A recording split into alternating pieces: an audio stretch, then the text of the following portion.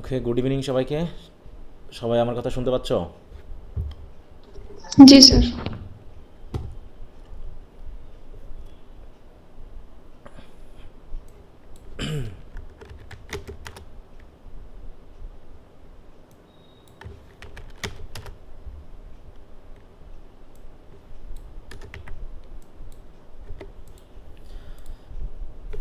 আচ্ছা, তো আমরা আছি হচ্ছে 13th উইকের শেষের দিকে। আজকে কালকে টেস্ট নেওয়ার কথা আছে।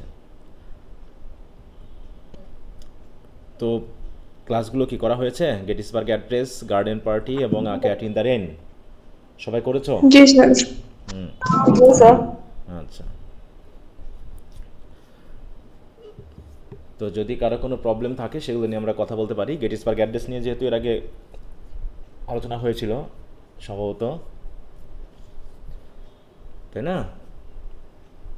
জি স্যার। আচ্ছা, cat in the rain, garden party. হয়নি স্যার। আচ্ছা, garden party, cat in the rain, এগুলো নিয়ে আমরা একটু কথা বলতে পারি।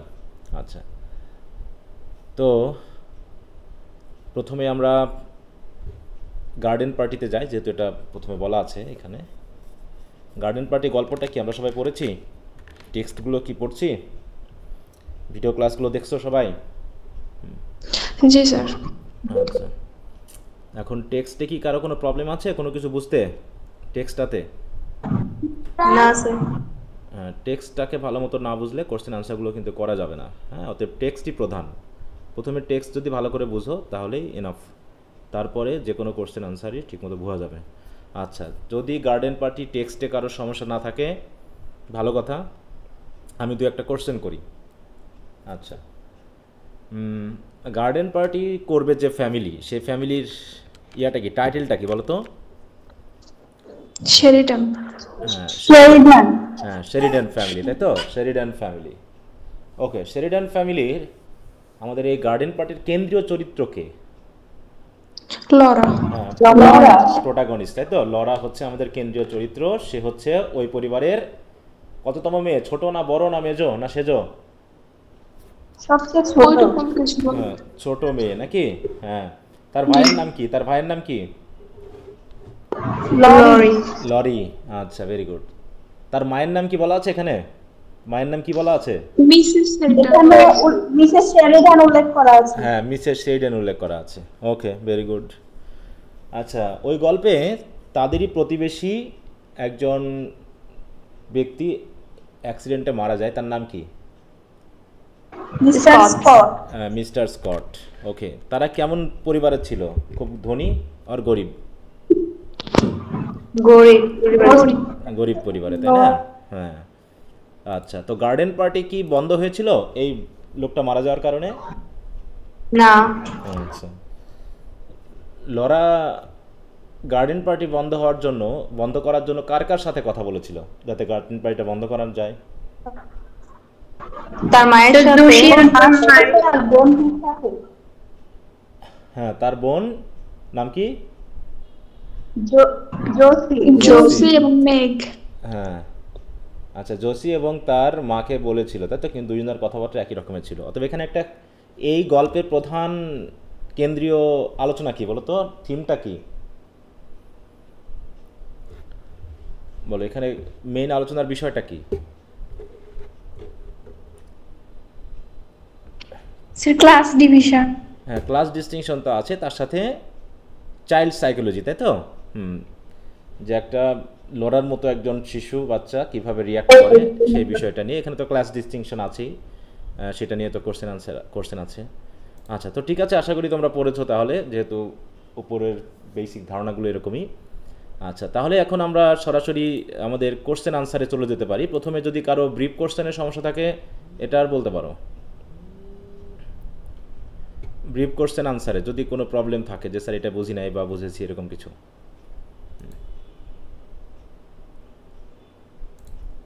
ব্রিফ কোশ্চেনগুলো আশা করি সবই সহজ, তাই না?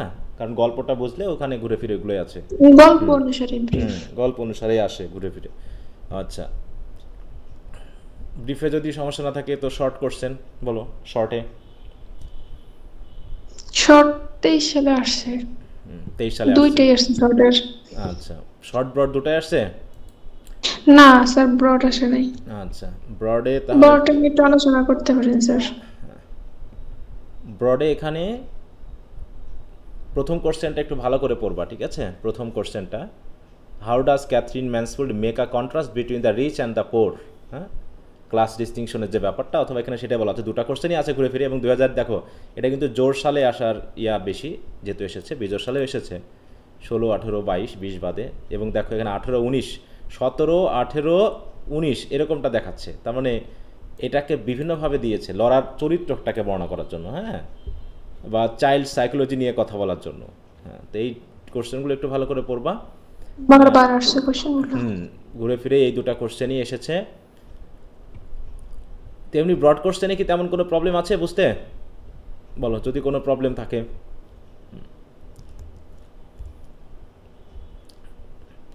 বিশেষ করে এইটাতে যে আলোচনাটা, হ্যাঁ, যে ক্লাস ডিস্টিংশনের, এখানে ক্লাস ডিস্টিংশন ব্যাপারটা আমরা কোন কোন জায়গায় পেয়েছি বলো তো? কোন কোন জায়গাতে আমরা গল্পের ওইখানে বিষয়টাকে আলোচনা করা হয়েছে, ক্লাস ডিস্টিংশনের ব্যাপারটা?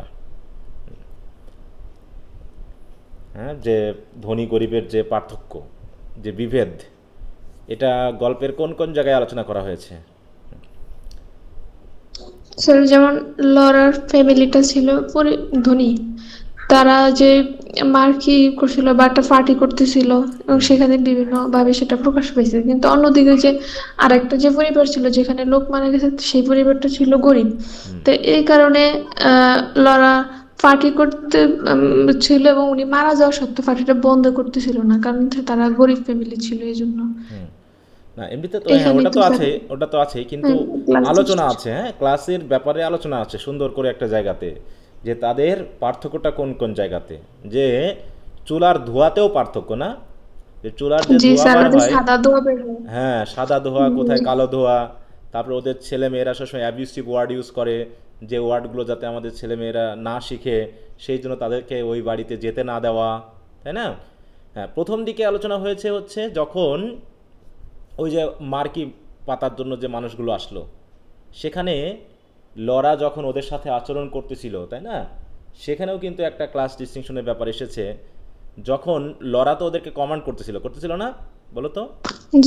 কারণ তার মা তাকে সুপারভাইজ করার দায়িত্ব দিয়েছে। তা যখন সুপারভাইজ করার দায়িত্ব দিয়েছিল, তখন লরা গিয়ে তাদেরকে বলতেছিল যে কোথায় মার্কিটা পাতলে ভালো হয়, তাই না? হ্যাঁ, কিন্তু তার কথা কি শুনেছিল মার্কি? যে লরা যেখানে বলল সেখানে কি মার্কিটা পাতা হয়েছিল বলো? না, হ্যাঁ, পাতা হয়নি, কারণ সে যেখানে বলেছিল সেখানে দেখতে ভালো লাগবে না, এরকম একটা কথা বলা হয়েছিল, তাই না? এতে লরা একটু মন খারাপ করেছিল। হ্যাঁ, দেখো এই জায়গায় একটু কথা বলা আছে, যে when Laura is seen talking with the workmen about the proper location of setting up the মার্কি পাতার জন্য প্রপার লোকেশনটা নিয়ে যখন কথা হচ্ছিল, the workmen talk to her in an informal manner, হ্যাঁ, the writer presents Laura's thought in the following statement, যে এখানে Laura's upbringing made her wonder for a moment whether it is quite respectful of our workman to talk to her of bank slap in the eye, মানে চোখে দেখতে কেমন লাগবে এটা কি লরাকে বোঝাতে হবে বলো? এরকম আর কি। লরা কিন্তু একটু আশ্চর্য হয়েছিল যে আমার মতো একজন মেয়েকে কিভাবে এই লোকগুলো কমান্ড করতে পারে, বা তার কথা না শুনতে পারে, এরকম কথা কিন্তু, হ্যাঁ। However, as she is a well-mannered and soft-minded girl, she does not take it to heart. সে কিন্তু এতে মন খারাপ খুব একটা করেনি। Rather, she feels happy at their friendly behavior, performances, and prefers them to the silly boys with whom she dances at Sunday night supper, তাই না? Sunday night সাফারে যে সিলি বয়, তাই তো, ওয়েল ক্লাস ফ্যামিলির যে বয়দের সাথে সে ডান্স করে, তাদের থেকে সে ওয়ার্কম্যানগুলোকে ভালোভাবেই গ্রহণ করলো। তার মানে এখানে এই লাইনের ভিতরে কিছুটা বোঝা যায় যে লরা একটু মন খারাপ করেছিল, যে তারা যখন তাকে বলল যে না এখানে মার্কি না পেতে ওই জায়গায় পাতলে ভালো হবে, এরকম কথা যখন বলেছিল, তখন সে একটু মন খারাপ করেছিল, সে একটু অবাক হয়ে গেছে। দেখো, made her wonder for a moment, হ্যাঁ, কিছুক্ষণের জন্য হলেও সে একটু অবাক হয়ে গেছিল যে এই লোকগুলো আমাকে কিভাবে কমান্ড করতে পারে। কিন্তু তারপরে যাই হোক সে বিষয়টাকে মেনে নেয়, কারণ সে একটু সফট মাইন্ডেড গার্ল। তো অন্যরা হলে অন্য ভাই বোন হলে মনে মারামারি করতো না, একটু গন্ডগোল করতো কি না? জোসি বা অন্যরা হলে কিন্তু একটু গন্ডগোল করতো, হ্যাঁ। তো যাই হোক, তারপরে ওটা মেনে নিল। তারপরেও কি দেখো, এখানেও ক্লাস ডিস্টিংশনের ব্যাপার এসেছে যে লরার মতো একটা মেয়ে সফট মাইন্ডেড হওয়া সত্ত্বেও এটা কিন্তু তার আতে ঘা লাগছিল, কিছুটা হলেও সে মন খারাপ করেছিল, কিন্তু পুরোপুরি সে হয়তো প্রকাশ করেনি। এছাড়াও class distinction of the aristocratic higher class কোথায় আরেকটা জায়গায় প্রকাশ পেল, কোন জায়গায়? যখন অ্যাক্সিডেন্ট হওয়ার পর লরা যখন খুবই শকড হলো, তাই না, এবং সে জোসিকে এবং তার মাকে যখন বলল যে পার্টিটা বন্ধ করা যায় কি না, কিন্তু লরা অবাক হয়ে দেখলো তার মা এবং বোন দুইজনই কি হলো, তার সাথে অ্যাগ্রি হলো না, তাই না, বরং তারা তাকে গালিগালা করলো এবং তার সাথে কি করলো, আপত্তিকর কথা বললো। হ্যাঁ, কি কথা বলতো? জোসি বলেছিল কি, যে যতবার একজন মারা যাবে ততবার কি আমাদের পার্টি বন্ধ করতে হবে, এরকম আর কি। দেখো, if you are going to stop a band playing every time someone has a accident, হ্যাঁ, you will end a serious life. আর এইভাবে যদি সবসময় পার্টি বন্ধ করতেই হয় তাহলে তো আমাদের জীবনটা খুবই নিরানন্দপূর্ণ হয়ে যাবে। বলছে you want bring a drunken workman back to life by being sentimental, যে এরকম সেন্টিমেন্টাল হয়ে একজন কাজের লোককে তো তুমি আর জীবিত করতে পারবে না, তাহলে সে মারা গেছে, পার্টির সাথে তার কি সম্পর্ক, এরকম কথা বলছে। তার কথাটা কি খুব ভালো লাগলো? বলো, খুব ভালো কথা? কোনো যুক্তিযুক্ত কথা? যুক্তিযুক্ত কথা না, তাই না? আবার তার মাও কি বলতেছে যে we should still be having our party, শুডুই বলছে, যে মারা যাক আর না যাক ওটা নিয়ে কথা না, আমরা আমাদের পার্টি করবই। কারণ কি, এই কথাটা খেয়াল রাখো, people like that don't expect sacrifice from আস, তাদের মতো লোক আমাদের কাছ থেকে স্যাক্রিফাইস আশা করতে পারে না। And it is not very sympathetic to spoil everybody's enjoyment as you are doing now, তুমি যেভাবে প্রত্যেকের আনন্দ মজা নষ্ট করতেছো, এইভাবে আনন্দ মজা নষ্ট করা কিন্তু ভালো না। তো এইভাবে কী হলো দেখো, জোসি এবং মিসেস শেরিডান যেহেতু তারা অ্যারিস্টোক্রেট ছিল, তারা কিন্তু এই লোয়ার ক্লাস মানুষের মৃত্যুকে, ঠিক আছে, তাদের সিম্প্যাথি আশা করে না বলে মনে করলো। হ্যাঁ, the attitude suggest the class distinction prevailing in the society, অর্থাৎ তাদের দৃষ্টিভঙ্গিতে বোঝা গেল যে সমাজে শ্রেণী বিভেদ আছেই। হ্যাঁ, শ্রেণী বিভেদ আছেই। তারপরে তিনি তো মোটামুটি একটা প্যারাতেই বর্ণনা করে ফেলেছেন, হ্যাঁ, একটা প্যারা ব্যবহার করেছেন যেখানে গরিব এবং ধনীদের তাই তো জীবনযাত্রার মধ্যে একটা পার্থক্য কিন্তু তিনি দেখিয়েছেন। হ্যাঁ, বেশ করে এই জায়গায়। হ্যাঁ, দেখো, they are the greatest eyesore and they had no right to be in that neighbourhood, যে এরকম ধনী পরিবাররা যেখানে থাকে সেখানে তাদের মতো গরিব পরিবারের মানুষজন থাকাটা একটা চক্ষুশূলের মতো, ঠিক আছে, চোখে লাগার মতো, তাদের এখানে থাকার অধিকারই নেই, এরকম বলছে না, দেখো তো। বুঝতে পেরেছো, যে তাদের এখানে থাকার অধিকারই নেই, এরকম বলছে না বিষয়টা। জি, কারণ তারা গরিব, তাই না, যে এরকম ধনী নেইবারহুডে ধনীর ইয়াতে এইভাবে বেঁচে থাকা ঠিক না। তাদের কথা অনুযায়ী ধনীর নেইবারহুড হবে ধনী। হ্যাঁ, তাই বলছি। দেখো, যে the writer further describe the poor people like washerman, sweeper, cobbler, দেখো বার্ড ক্যাচার, হ্যাঁ, যে in little mean dwelling painted are chocolate brown in contrast to Sheridans beautiful large house painted with amazing colour. হ্যাঁ, যে তাদের এই গরিব পরিবারের বাড়ির রং আর তাদের এই বাড়ির রঙের অ্যামেজিং কালারের সাথে তুলনা করেছে, যে তাদের ঘরগুলো কেমন, ওই পলিথিন ব্যাগ দিয়ে তৈরি, চকলেট কালার হয়ে গেছে পুরো, আর এদের কি সুন্দর অ্যামেজিং কালার দিয়ে বাড়িগুলো। এছাড়াও তাদের বাড়িতে কিসের বাগান থাকে, আর শেরিডেনের বাড়িতে কি বাগান থাকে দেখো। হ্যাঁ, তাদের বাড়িতে কিসের বাগান থাকে বলো? ওই বিভিন্ন শাকসবজির বাগান নাকি, তারপর অসুস্থ মুরগি থাকে, টমেটো ক্যান থাকে। আর শেরিডেনের ফ্যামিলিতে কি থাকে দেখো, যে তাদের বাগানটা প্রতিনিয়ত মো করা হয়, তাদের সবুজ ঘাস হয়, ডেইজি প্ল্যান্ট হয়, রোজ হয় এবং অন্যান্য আরও ফুল থাকে যেগুলো মানুষদেরকে কি করে, ইমপ্রেস করতে পারে। এগুলো কি পাশাপাশি দেওয়ার মাধ্যমে তিনি ডিস্টিংশনটা দেখিয়েছেন, বুঝতে পারছো? এবং বলা আছে কি সবচেয়ে এই কথাটা, যে the very smoke coming out of their chimney was a poverty stricken. দেখো, তাদের চিমনি দিয়ে যে ধোঁয়া বার হয় এটা দিয়ে বোঝা যায় যে তারা কতটাখানি দরিদ্র। Little rags and shreds of smoke, দেখতে অনেকটা ছেঁড়া কাপড়ের মতো ধোঁয়া বার হয়।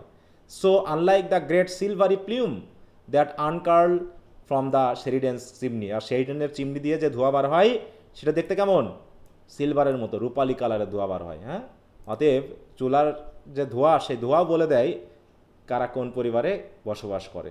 কি কথা বুঝতে পেরেছ?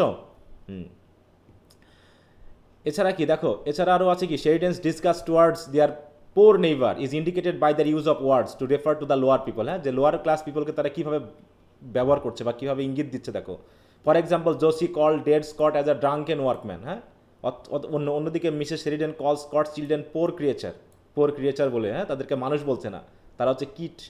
Again Mrs Sheridan does not feel any scruple when she দেখো proposes to send left over food of their party to their Scott family. হ্যাঁ, স্কটের ফ্যামিলির কাছে পাঠানোর সময় যে গুঁড়াগাড়া যা পড়েছিল সেই খাবার পাঠানোর সময় সে কিছু মনেই করেনি, বরং কি মনে করছে যে it will be greatest treat for the children, বরং এই খাবার যদি ওই বাচ্চাদেরকে পাঠানো হয় এটা তাদের জন্য ভালো ট্রিট হবে। হ্যাঁ, এরকম বলেছে। তাহলে কি ধরনের মেন্টালিটি বলো? তাহলে গরিবদেরকে কেমনভাবে মানে ভাবছে ওরা বলো তো? পশুর মতো হ্যাঁ, মানে একদমই অমানুষ মনে করছে নাকি? নিচু জাত একদম মনে করে। নিচু জাত বলে মনে করছে, তাদের সাথে যেন এদের যায় না, এমন একটা বিষয় এখানে বলা হয়েছে। হুম, আচ্ছা, এটাই। তারপর তো বাকিটা তো গল্পের কাহিনীর ভিতরে আছে, ওই কথাগুলোই ঘুরে ফিরে এখানে আসবে। ঠিক আছে? এমনি পড়ছো তো প্রশ্নগুলো? বলো, পড়ছো সবাই? জি স্যার।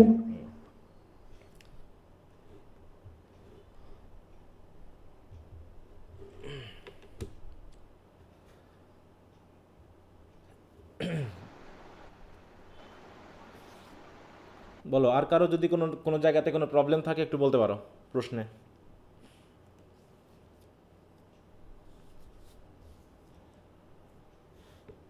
স্যার সেকেন্ড কোশ্চেনটা একটু এভাবে আলোচনা করলে ভালো হতো। বুঝলাম না।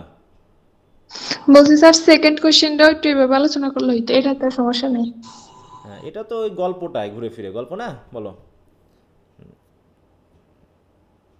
মানে এমনি পড়েছো কিনা এখন আলোচনা করার থেকে, তো তুমি পড়েছো কিনা সেটা এখন আলোচনা করে কি কালকের মধ্যে রেডি হয়ে যাবে?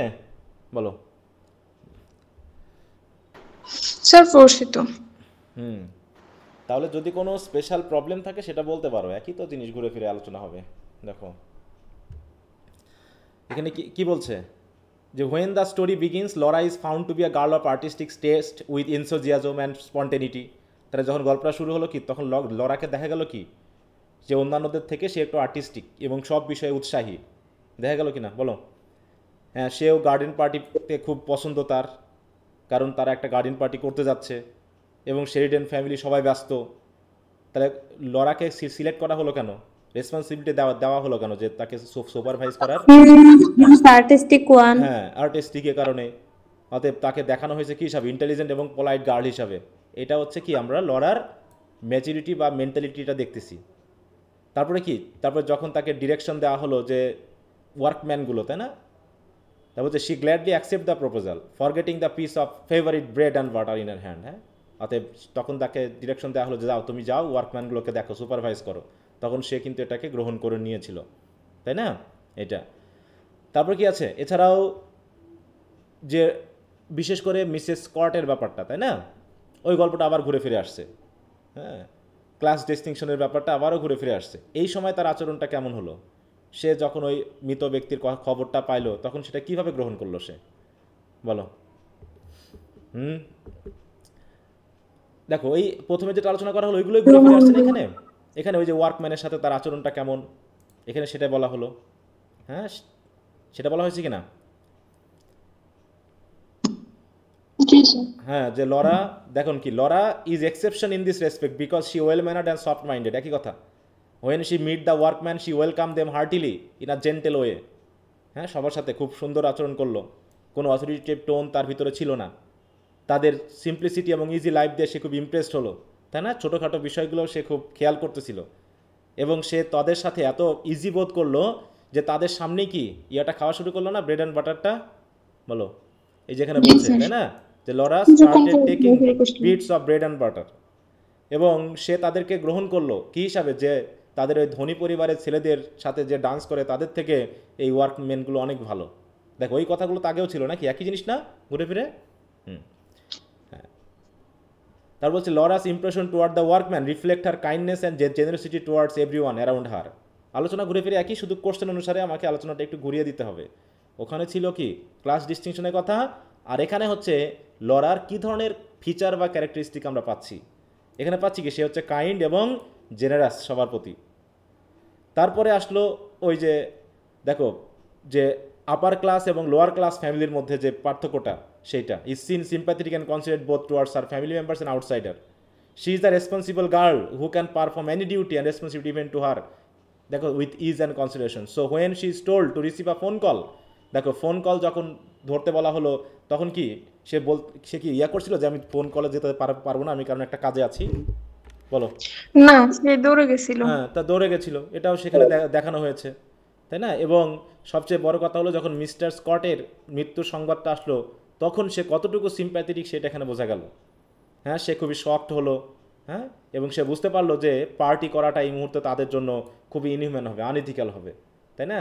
তাই সে চেষ্টা করলো তার মাকে এবং জসিকে বোঝানোর জন্য, কিন্তু তারা তো সে একই কথা বললো, ঠিক আছে, সে একই রকম কথা। হুম, সৃষ্টি দেখো, and think of what the band would sound like to that poor woman, যে এই পোর ওয়ার্কম্যান, সরি, হ্যাঁ পোর উইম্যান, যেহেতু তার ওয়াইফের কথা বলা হচ্ছে মিস্টার স্কটের, তাদের কাছে কেমন লাগবে। হ্যাঁ, সে তারপরে তার মার কাছে গেল, তার মাও একই কথা বললো। হ্যাঁ, যে তার মাকে গিয়ে বললো আমরা পার্টি করতে পারি না, কারণ যখন পার্টি আসবে তারা সাউন্ড শুনতে পাবে, তখন কেমন লাগবে। হ্যাঁ, তখন বলছে mother isn't it terribly heartless of us, যদি আমরা পার্টি করি তাহলে এটা কি আমাদের জন্য খুবই নির্দয় হবে না। এরকমভাবে সে তার মাকে বোঝাতে যাচ্ছে, কিন্তু সে খুবই শক্ত হলো যখন দেখলো যে তার পরিবারের কেউই তার কথা শুনলো না। তার মানে কি, সে খুবই সফট মাইন্ডেড এবং রেসপন্সিবল, সাথে সাথে যে তার ভিতরে কমন সেন্সের ব্যাপারটা আছে, যে কোনটা করা যায় কোনটা করা যায় না। ফ্যামিলি থেকে আলাদা, হ্যাঁ, ফ্যামিলির মাইন্ডসেট থেকে সে আলাদা। তারপরে কি দাঁড়ালো, যখন সে ওই যে খাবার নিয়ে যাওয়ার কথা বলা হলো, হ্যাঁ, যে তার মা বললো যে গুড়াগাড়া খাবারগুলো নিয়ে যাও, তখন সে বলতেছে কি এটা কি ঠিক আইডিয়া হবে, গুড আইডিয়া হবে, এটা নিয়ে নিয়ে যাও, মানে তার মা বলতেছে এটা ভালো হবে, হ্যাঁ এটা একটা ভালো ট্রিট হবে, কিন্তু সে বলতেছে এটা কি গুড আইডিয়া হবে। হ্যাঁ, অতএব বোঝা যাচ্ছে যে লরা সে পরিবারের প্রতি কতটুকু সিম্প্যাথেটিক ছিল। তারপরে যখন সে গেল তাদের বাড়িতে, তখন কি তার মানসিক অবস্থা কি খুব ভালো ছিল? হ্যাঁ, বলো। না, আচ্ছা, হ্যাঁ, তার যে, মেন্টাল কনফ্লিক্ট হচ্ছে। হ্যাঁ যে গর্জিয়াস মানে ড্রেস, তার হ্যাট, হ্যাঁ এই সব হ্যাঁ, কিছুই মানানসই মনে হচ্ছিল না। হ্যাঁ, সেগুলো তার কাছে মনে হচ্ছে এগুলো এটা পরে আসা তার কাছে ঠিক হয়নি। Then her psychological development reaches peak, যখন সে কি দেখলো, দেখো সে gives a loud childish sob and ask for the pardon, হ্যাঁ, for herself saying silently forgive my hat, মানে সে মৃত ব্যক্তিটার কাছে গিয়ে সে বলতেছে যে তার এই মুহূর্তে এইটা পরে আসা ঠিক হয়নি। এছাড়াও ডেড ম্যানের মুখের দিকে তাকিয়ে সে দেখতে পেল কি, যে লোকটার কি ডিভাইন, হ্যাঁ একটা পিসফুল যেন স্বপ্নের ভিতরে সে আছে। সেখানে তখন she realises all class distinction and suffering due to poverty have come to an end with death, যে কোথায় ধনী কোথায় গরিব, মৃত্যু হলে সব কিছু ঠিক হয়ে যায়। সুতরাং what did garden parties and basket and ল্যাস ফ্রক্স মেটার টু হিম, হ্যাঁ এর কোনো কিছু যায় যায় যায় আসে না, কে গার্ডেন পার্টি দিল, কার ফ্রক কত উজ্জ্বল কত ধনী, এসব দেখার টাইম নেয়, কারণ সে মারা গেছে। He was far from all this things. সুতরাং সে understand that funeral of the dead man becomes more important to her rather than laughter and amusement of the party. Huh? The ultimate realization about life becomes clear to her, and it marks her development as a mature woman who knew that after all life is marvelous. যে জীবনটা যাই হোক না কেন, জীবনটা তো চলবে জীবনের মতো করে।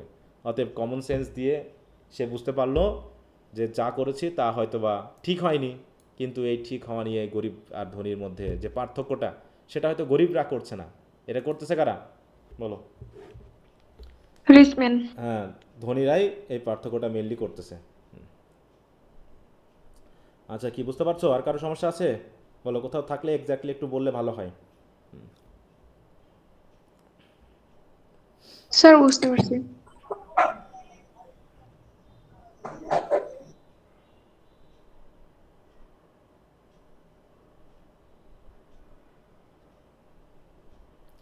আর যদি কারো সমস্যা থাকে বলো।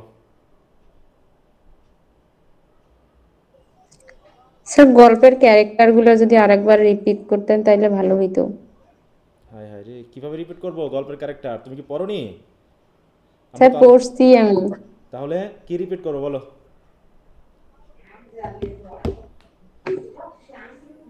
আমরা তো কয়েকটা ক্যারেক্টার নিয়ে কথা বললামই, প্রথমে বললাম না শুরুতেই? স্যার আমি মনে হয় একটু লেট করছি জয়েন করতে। হ্যাঁ, তাহলে একটু এখানে ক্যারেক্টার তো কয়টা, এমন তো তুমি বলো ক্যারেক্টারগুলোর নাম বলো, দেখি তুমি কি পড়ছো শুনি, তুমি বলো আমাদের। লরা, লরি, জোস, মেক, গডবার্সম্যান, তারপর স্যার সাদি আর হ্যান্স যে ছিল ওই দুইটার জন্য আমি ওই কথাটা বললাম আপনার। তুমি তো সব ক্যারেক্টার বলে ফেললে, আর কি ক্যারেক্টার আছে এখানে? স্যার ওই আমি কনফিউজড হয়ে আছি এই সাদি আর হ্যান্স নিয়ে, যে দুইটাই হচ্ছে ওয়ার্কম্যান। হ্যাঁ, ওদের কাজের মেয়ে, কাজের মহিলা। ও জি স্যার, বুঝতে পারছি।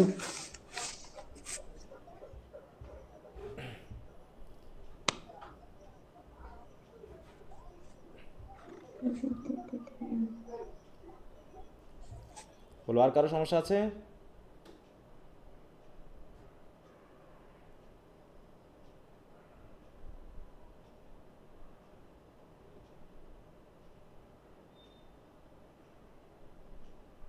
না স্যার। আচ্ছা, তাহলে আমরা পরের যেটা আছে সেটাতে যাই। পরেরটা হচ্ছে কি, a cat in the rain. জি। ছোট একটা গল্প। টেক্সটটা কি সবাই পড়েছো? জি স্যার। জি স্যার। তো বলো, টেক্সটে কয়টা ক্যারেক্টার আছে? মেইন ক্যারেক্টার কয়জন? মেইন দুজন।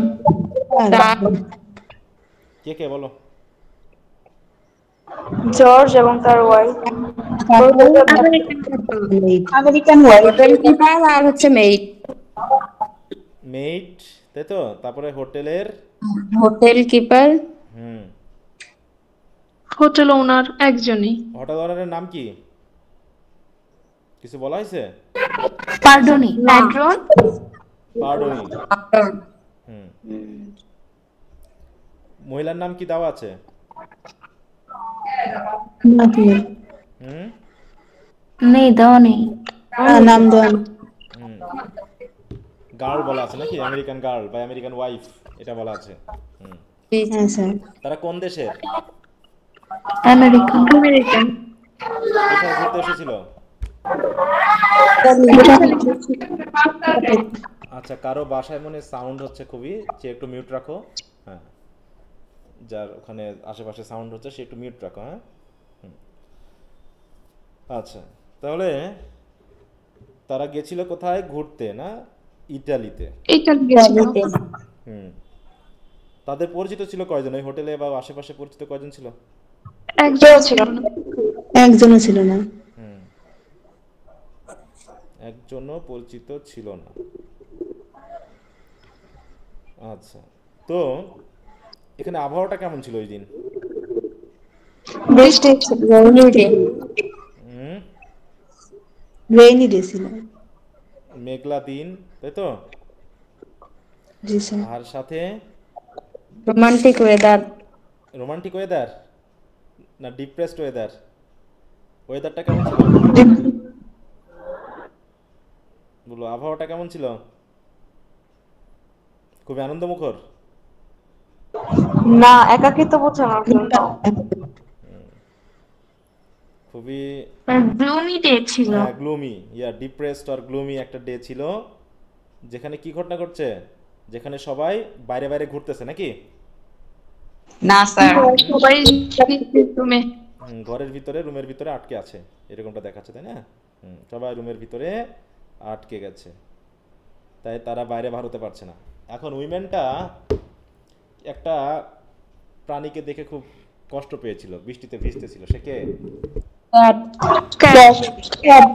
আচ্ছা, ক্যাটটা কি পরে পেয়েছিল? সে তো খুঁজতে গেল ক্যাটটাকে বাঁচাতে। আচ্ছা, অন্য ক্যাট দিয়েছিল। অন্য একটা ক্যাট নিয়েছিল। সে ক্যাটের কেমন? বডির কালার কেমন? টর্টয়েস টেল। স্যার টর্টয়েস শেপের মতো। হ্যাঁ, টর্টয়েস শেল, তাই তো? এটা কে পাঠিয়েছিল তার কাছে? হোটেল হোটেল ওনার। ওনার। হুম। আচ্ছা, জর্জ কি করতেছিল সেখানে? বই পড়ছিল। বই পড়তে। সুতরাং স্বামী স্ত্রীর মধ্যে রিলেশনশিপটা খুব ভালো, তাই না? মিস না, ম্যারিড লাইফ। হুম, মানে তাদের মধ্যে ভালো সম্পর্ক Detached নেই, from তাই each না? other. They are isolated from each other. হ্যাঁ, এবং মেয়েটা মেনলি ক্যাট চাক আর যাই চাক, তার উদ্দেশ্য ছিল কি? একটা সঙ্গ, তাই না? একাকিত্ব দূর করার চেষ্টা করতেছিল, তাই তো? হুম, একাকিত্ব দূর করার জন্য সে চেষ্টা করছিল যে কিভাবে কি করা যায়। হ্যাঁ,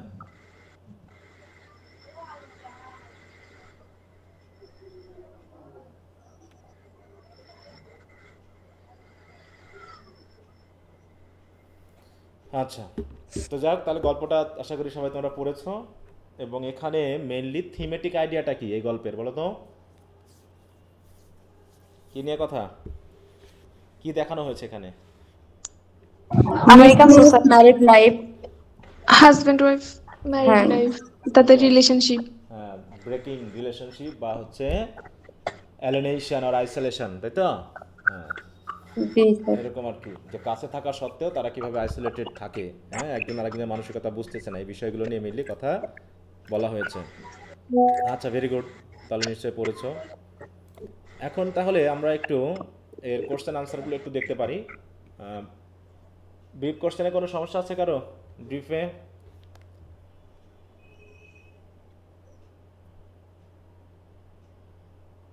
সবাই কি পড়ছো তো নাকি? স্যার এটা কোনোটাতে সমস্যা নেই। কি সমস্যা?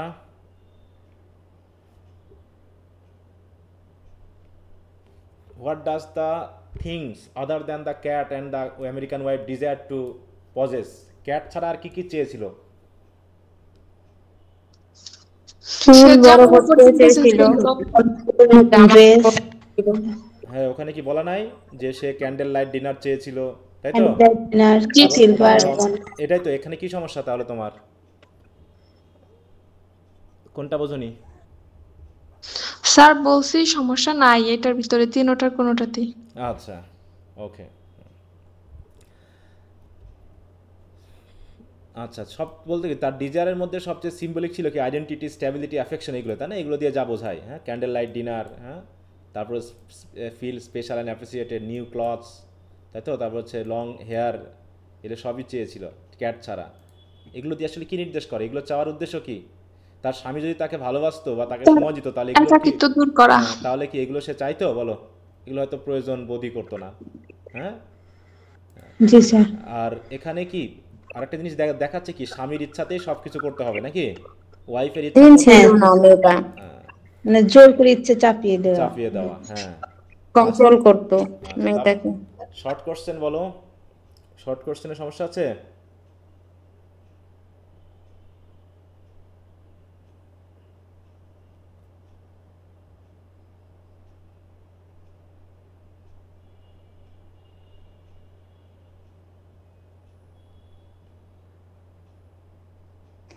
না স্যার।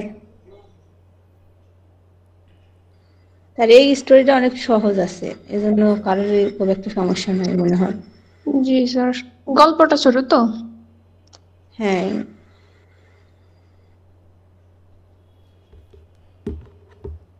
আচ্ছা, ব্রডে?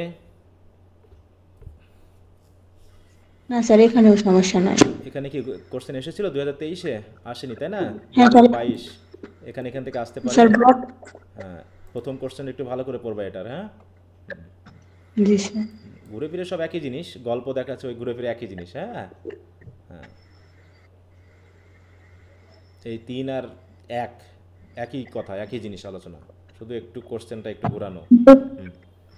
এখান থেকে কিন্তু কোশ্চেন আসতে পারে, অতএব এখানে যে 3টা দিয়েছি না, এই 3টা থেকেই কোশ্চেন কিন্তু আসার সম্ভাবনা আছে, মনে থাকবে? অতএব এখান থেকে ব্রড কোশ্চেনগুলো একটু পড়ে ফেলো, ব্যাস এখান থেকে পেয়ে যাবা। হ্যাঁ, আচ্ছা, তো যাই হোক, তাহলে আশা করি তোমরা পড়েছো। নেক্সট আমাদের চতুর্থ সপ্তাহের পড়া শুরু হবে। তোমরা অনেকে একটা কথা বলতেছো, সেটা হলো সাজেশন স্যার কবে দিবেন? যে ইম্পর্টেন্ট কোশ্চেনগুলো দিয়েছি আগে ভালো করে পড়ে ফেলো, তারপরে আমাদের আলোচনা শেষ হয়ে যাবে যখন, তারপর থেকে আমি সাজেশন দেওয়া শুরু করব, ঠিক আছে? আমি এটা বারবার বলছি, তারপরে তোমরা আমাকে বারবারই মেসেঞ্জারে মেসেজ দিচ্ছ, আমি তো ক্লাসে বলতেছি এই কথাটা যে কখন দিব তোমাদের। স্যার সাতক্ষণ তো এগুলোর ভিতর থেকে হবে না, এগুলোর বাইরে থেকেও দিবেন? বাইরে থেকে আর দিব বলো? বাইরে থেকে দিলে তো আর আমার দরকার নেই, তাহলে ওইগুলো তো তোমাকে পড়াতে হবে আমার। এগুলো করলেই তো আমরা সাজেশনটা পেয়ে যাব। এখানেই তো সব দেওয়া হয়েছে, আর তো দরকার নেই। তারপরে জি, স্যার। হয়তো একটু ওই ঘুরে ফিরে একটু কম বেশি করে দেওয়া সাজেশন, আর কি, এখান থেকে তো আমি সব দিয়েই দিয়েছি। তারপরে হয়তো 2-একটা জি, কোশ্চেন বাদ সাদ দিয়ে একটু কমাই দিব, এই আর কি। কিন্তু কমাই দিতে গেলে তো অ্যাক্সিডেন্ট ঘটে যেতে পারে, পারে না বলো? হ্যাঁ, জি ওই স্যার। জন্য আগে এগুলো পড়ে নাও, তারপরে পরীক্ষার আগে ফোকাস দেওয়ার জন্য কিছু ইম্পর্টেন্ট বলবো, কিন্তু এইগুলো পড়া বাদ দিয়ে না। ওই জন্য এখন দিচ্ছে না, এখন দিলে পারে দেখাচ্ছে আরও 2-একটা কোশ্চেন হয়তো বাদ দিয়ে পড়লা, শেষে দেখাচ্ছে ওইগুলো পরীক্ষা এসে গেল, ঝামেলা হয়ে যাবে। অতএব আমার যা দিয়ে দিয়েছি এগুলো পড়লে আশা করি 100% না হোক 80%-এর উপরে তুমি কমন পাবা। কোনো কোনো জায়গায় তো 100%ও চলে আসে। আমি কখনো 100%-এর কথা বলছি না, হ্যাঁ, বাড়তি এইগুলো অনেকে বলছে স্যার আর বাইরে পড়া লাগবে কিনা, তুমি পড়তেই পারো, আমি বলবো না যে পড়ার দরকার নেই। এই সিদ্ধান্ত দেওয়া বা এত 100% নিশ্চয়তা দেওয়ার মতো ক্ষমতা আমার নেই, আমি কখনো দিতেও পারি না। আমার নিজের ক্ষেত্রে আমি কখনো এরকম শর্ট কোনো সাজেশন পড়ে পরীক্ষা দেওয়ার গেলে আমি ভয় লাগতো। অতএব আমি মোটামুটি পড়ে যেতাম যতটুকু পারা যায়। আর বেশি পড়লে পারে লেখা যায় ভালো, কম পড়লেই বরং ঝামেলা। অতএব পড়ে যাও বেশি বেশি, তোমার পরীক্ষার আগে দেওয়ার দরকার আমি দিয়ে দিব। অতএব যা বলতেছি ডিরেকশন দিচ্ছে সেই হিসাবে পড়ে যাও। আচ্ছা, এখন শেষ কথা হলো পরীক্ষার ব্যাপারটা নিয়ে। আমি খাতা দেখতে গিয়ে খুব বিব্রত হচ্ছে আর কি। হ্যাঁ, এখন মনে করো কারো আমি ইনবক্সে ঢুকলাম, সে মনে করো পরীক্ষাটা দেয়নি, তাকে আমি কি মেসেজ লিখবো বলো তো? নাকি কিছুই লিখবো না? তোমরা একটা সিদ্ধান্ত আসসালামু দাও। আলাইকুম। ওয়ালাইকুম আসসালাম। আমাকে একটা সিদ্ধান্ত দাও, বলো যে আমি কি কিছু লিখবো না তার মেসেজে, নাকি কিছু লিখবো? একজনের ইনবক্সে ঢুকে দেখলাম সে গত পরীক্ষাটা দেয়নি, আমি কি বলবো তাকে? কিচ্ছু বলবো না? জি স্যার বলবেন তো। তাহলে বললে নাকি তোমাদের মন খারাপ হচ্ছে, তোমাদের ছোট মনে হচ্ছে, তাহলে আমি কি করবো এখন বলো? স্যার কিছু বললে ছোট মনে হয়, কিন্তু যে নিজে পরীক্ষাটা দেই না আমরা, তখন আর নিজের কাছে নিজে ছোট লাগে না। সমস্যা হচ্ছে এই জায়গায়। আমি যে মেসেজ দিব, তোমরা মেসেজ দিয়ে দেখতেছো না, এবং মেসেজ দিলে নাকি তোমাদের খারাপ লাগতেছে, তাহলে আমাকে তো কিছুটা বলতে হবে তোমার ইনবক্সে ঢুকে যে তুমি পরীক্ষাটা দাওনি। আমি শুধু লিখে দিই কি তুমি গত টেস্টগুলো দিচ্ছ না বা গত টেস্ট দাওনি, এই কথাটা শুধু আমি মেসেজটা লিখে দিই, এতেই তোমাদের সমস্যা মনে হচ্ছে। তাহলে আমাকে তো কিছুটা লিখতে হবে। আর যদি না লিখতে হয় তাহলে আমি ইনবক্সে ঢুকে আমি কি বলবো তোমাকে? কারণ তুমি তো বুঝবাই যে আমি কেয়ারফুল না, বা তোমাকে আমি কিছু বলছি না মানে আমি তোমার বিষয়ে কোনো বিষয়ে টেনশনে নেই, বা তোমাকে আমি গুরুত্ব দিচ্ছি না, এরকমই তো বোধ হবে নাকি? দেখো, গুরুত্ব দিলেও দোষ, না দিলেও দোষ। হ্যাঁ স্যার, যখন গুরুত্ব দিবেন না তখন বলবে মানে স্যার আপনার খেয়াল যে করে না, কথা বলে বেড়াবে। হ্যাঁ স্যার খেয়াল করে না, স্যার দেখে না, খাতা পরীক্ষা টরীক্ষা দিলাম কিনা তিনি মনেই করে না, খেয়ালই করে না। হ্যাঁ, বলো। তাহলে আমি যদি কোনো মেসেজই দিতে না পারি তাহলে তো আমার খাতা দেখার দরকারই নেই। মানে আমি খুব অবাক হয়ে যাচ্ছি এই বিষয়গুলো নিয়ে। এই জন্য আমি ভেবেছি তোমাদের খাতাটাতে আমি আর দেখবো না, আমি আর পরীক্ষাও নেব না। এখন না যাদের স্যার যাদের নিয়েন, পড়াশোনা কিন্তু করার আমাদের তোমরা ভালো পড়াশোনা হবে। করো, যারা পড়াশোনা করো তারা করো, ওই যার যেমনটা দেখতেছো এরকম করতে থাকো। আমি তোমাদের নিয়ে খুবই মানে কি বলবো, আমি খুবই অপমানিত বোধ করেছি, মানে কি বলবো, খুব লজ্জা বোধ করেছি আমি নিজেই, অনেকের মেসেজ আসসালামু আলাইকুম। বেশি করে। হ্যাঁ। আসসালামু আলাইকুম স্যার। ওয়ালাইকুম আসসালাম। হুম। স্যার, আপনি যে এখন সিদ্ধান্তটা নিচ্ছেন এটা নিয়ে স্যার আমাদের অনেক ক্ষতি হবে স্যার। তাহলে আমি কি করবো এখন বলো? কান ধরে দাঁড়ায় থাকবো, না তো তোমাদের পা ধরে এখন আমি ইয়া করবো? বলো কোনটা করবো? স্যার কিছু করতে হবে না স্যার, পরীক্ষাটা স্যার কন্টিনিউ করলে ভালো হবে স্যার। তোমরা পরীক্ষা না দিলে, তোমাদের পরীক্ষা না দিলে মেসেজ দিলে তোমাদের হাতে ঘা লাগতেছে, তোমাদের অপমান লাগতেছে, তাহলে আমার কি লাগতেছে বলো? তোমাদের মান সম্মান তো আমার থেকে বেশি নাকি? নাকি আমার থেকে তোমাদেরটা বেশি, না তোমাদের থেকে আমারটা বেশি? আমি এখনো বুঝিনি। সবার পক্ষ থেকে স্যার দুঃখিত স্যার, আমরা তো সবাই তো স্যার এরকম না, কিন্তু কয়েকজনের জন্য স্যার। অধিকাংশই তো সেই সবাই কয়জন? 100 জনের 10 জন তোমরা পরীক্ষা দিচ্ছ, বাকি 90 জনের ইনবক্সে ঢুকে আমাকে একই মেসেজ দিতে হচ্ছে প্রতিদিন। এবং আমি তো সবাইকে বলে দিয়েছি যে যারা পরীক্ষা দিতে আগ্রহী না তোমরা লিখে দাও স্যার আমি পরীক্ষা দিব না, তাহলে তো আমি মেকআপটা হয়ে গেল যে স্যার আমি পরীক্ষা সেটাও করতেছো না।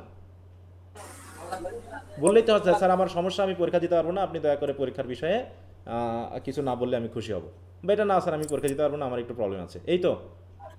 এখন পরীক্ষা স্যার দেওয়া আমরা মানে তোমার ব্যাপার। আমরা যারা দিদি স্যার তাদের নিয়ে আপনি আরেকটা আলাদা গ্রুপ করেন স্যার, নাহলে এটা ভালো হবে। এই অভিজ্ঞতা গত 4 বছর ধরে আছে। টাকা নিয়ে পর্যন্ত আমি গ্রুপ করেছি, যে যারা পরীক্ষা দিবা সিরিয়াসলি তারা টাকা দাও, 100 টাকা করে দিয়ে গ্রুপ করবো। সেই গ্রুপেও দেখা যাচ্ছে ওইরকম 100 জন ভর্তি হয়, পরীক্ষা দেয় 10 জন শেষ পর্যন্ত। সবই করা আছে। এই যে থার্ড ইয়ারের জন্য, এবার যারা ফোর্থ ইয়ারে তাদের ফাইনাল পরীক্ষার আগে আমি আলাদা করে গ্রুপ করলাম, যে আমি যাতে ইনবক্সে ঢুকে দেখি যে পরীক্ষা দেয়নি এরকমটা যেন না হয়। তারপরেও দেখি সবাই যুক্ত হলো, মানে সিরিয়াসলি তারা যুক্ত হলো আমরা পরীক্ষা দিব, পরে দেখি না ওই একই কাহিনী। এখন তো যদি আমি লিঙ্ক শেয়ার করে দিই যে এই গ্রুপটায় যুক্ত হও যারা পরীক্ষা দিবা, দেখবো যে 100 জনই যুক্ত হয়ে যাবে, তোমাদের যতজন আছে সবাই যুক্ত হয়ে যাবে।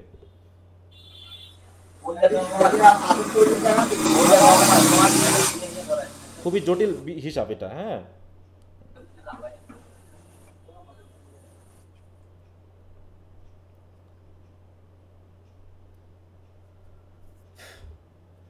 আচ্ছা ঠিক আছে, তো আগামী রবিবারে তোমাদের জন্য ক্লাস নেওয়া হবে পরের সপ্তাহের জন্য। আর আমি কালকে পরীক্ষার প্রশ্নটা শেয়ার করে দিব, তোমরা পরীক্ষা দিয়ে নিজ নিজ ইনবক্সে দিয়ে রাখবা। আমি দেখলে দেখবো, না দেখলে না দেখবো।